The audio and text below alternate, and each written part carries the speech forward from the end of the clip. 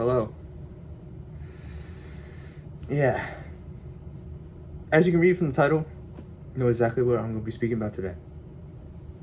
Today, and for the first time, I'm speaking with sleep. Today, I'm going to talk about why the Lunatic is retiring. The reason why the Lunatic is retiring is because of the fact that, well, I'm getting older, and I've been with the Lunatic for almost 11 straight years. Right now, it's 10, but once it turns 2024, it's going to be 11. And it just surprises me because it's been like, that's a long time of being one character. I know it's probably not as long as Ric Flair, but I need closure for this character. I need to close the book and open a new chapter. It kind of sounds a little corny. I don't care though. The Drew Matthews is going to be similar, mainly moveset, because I've developed so good with this moveset, and I think I'd rather just keep it. I like it. The finisher might change, but I'd rather keep it that way. Keep it the paradigm shift. Makes sense. But Lunatic's gonna be gone. And I'm actually gonna be selling the hoodie for a good couple of dollars. Only if someone's interested in it. Or I'll keep it for nostalgia's sake. A new logo is gonna suck. I would like to keep the JM because I actually just kept my real name in the character, the Lunatic, Jake Morris. Now I'm gonna be known as the Outsider, Drew Matthews. It was originally gonna be the Renegade, but then I realized something. People might get confused with it, so it's just gonna be known as the Outsider, Drew Matthews. Makes more sense. What's there to talk about now? I mean, obviously, all I can really say is I'm just retiring. I'm done. Finally, can move on. I know people might not be happy about this change from the Lunatic to Drew Matthews. Probably some of them think the Lunatic was better, but I'm not gonna change. Through all the W's, through all the L's that I've taken over the course of being the Lunatic, man, what a ride. What a ride, man. I met so many great people. I've wrestled so many good people as the Lunatic. Just clarifying, as the Lunatic. When I was in high school, it was just me. I was not the Lunatic. That was myself. Okay? But the Lunatic was always in the pro wrestling world. That's not gonna change. The only change is he's finally gonna get some sleep. Sleep that he earned, and sleep that he deserves. And Drew Matthews is gonna be born, and Drew Matthews is gonna take over. So basically a passing of the torch. Even though I'm being a character, it just feels so real because I'm gonna be changing completely from the Lunatic to Drew Matthews. I mean, it might not be a big change. It might just be a slight change in the Lunatic's character to become Drew Matthews. But I think the goal just stays the same, that anybody can hold the championship belt, anybody can do it.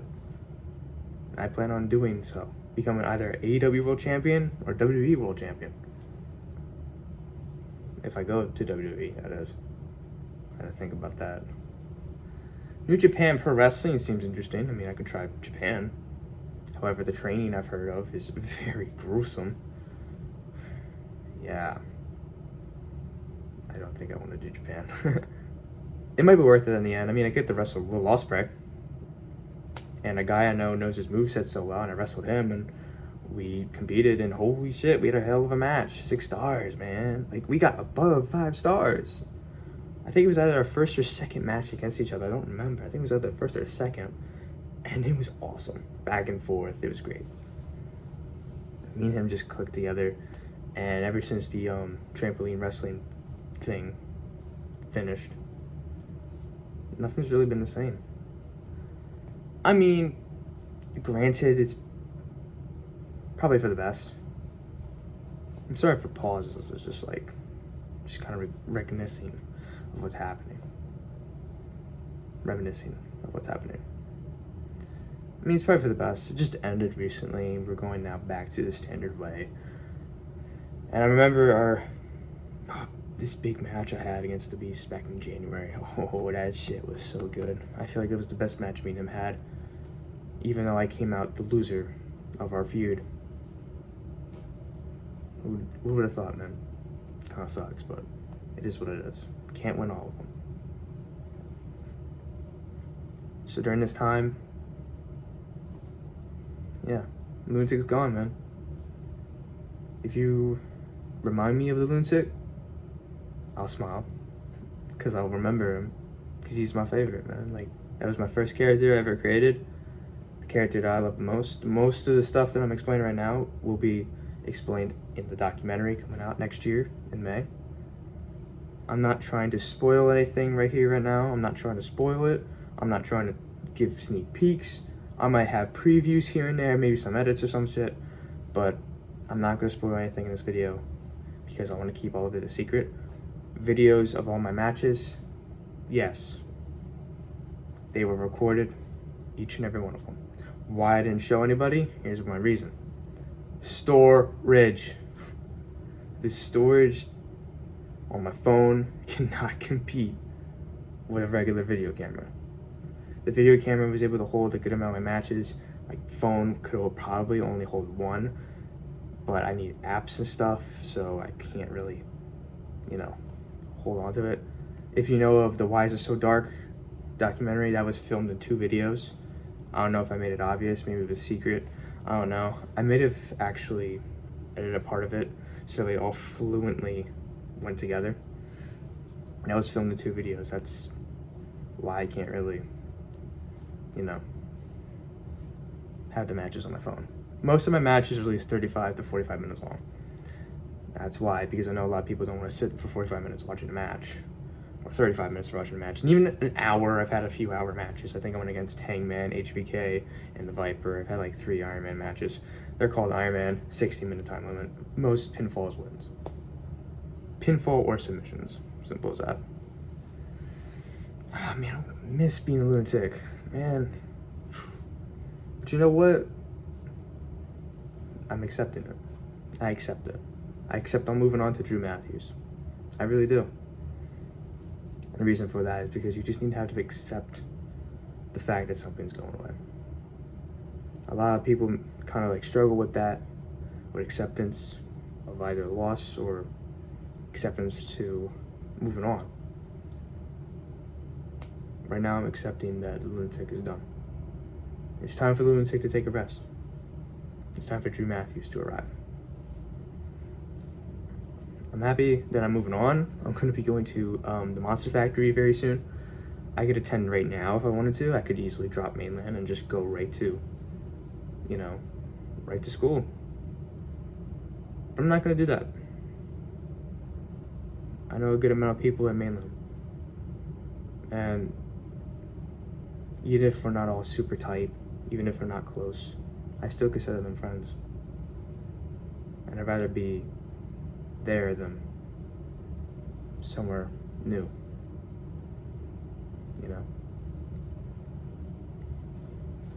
But I could easily just, it's so easy, I could just go right to Monster Factory. But I'm deciding not to do it yet. Only because I want to stay. I mean, hell, it's only an hour drive from where I am. I'm still deciding to stay. I know a lot of my, the real ones out there, whether they watch it or they're busy and they're not watching it, the real ones are the reasons I stay.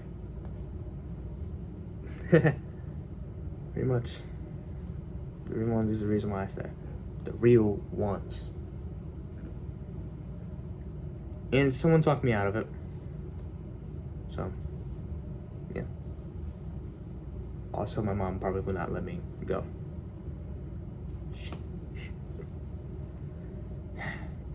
This video is probably going to be at least 10 minutes or a little over. But the only thing I really got to say right now is Lunatic's retiring. And Drew Matthews will soon be here. Born in 2013. was the day of that year. Apologies. The year that he was born and originated. He was originally thought of in 2013. He didn't really get to thrive until 2014, where he debuted. And then 2024. Tired. 11 years. I know I always say that 2014 was the original birth date. It actually wasn't. It was 2013 that he was birthed, and 2014 was the debut.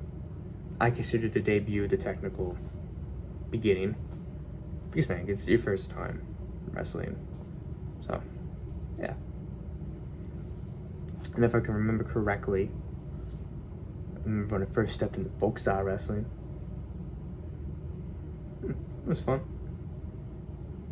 And it improved mat skills and everything like that, and I transferred all that to pro wrestling and made everything better, and just gave the Lunatic such good time, man. Like, it was such a good time to be around and be alive, man. I loved it. Loved being the Lunatic. It was awesome. And what's also nice about being a Lunatic is I always made me put my mindset into like a mindset of somebody else. Like, my brain would just function differently as the Lunatic than it would function as myself. Because with the Lunatic, there are no rules. There's no saying no to certain things. But what I mean by saying no means you're not going to tell him you can't wrestle. He's going to do it anyway. If he's hurt, don't matter. Which brings me on to another reason why it's retiring. Injuries. Yeah, physical problems. Physically, right now, I feel okay. I don't feel great, but I feel okay. Why is this? Well, today was a rainy day. It was cloudy, it was rainy, it was not great. And my left knee was aching.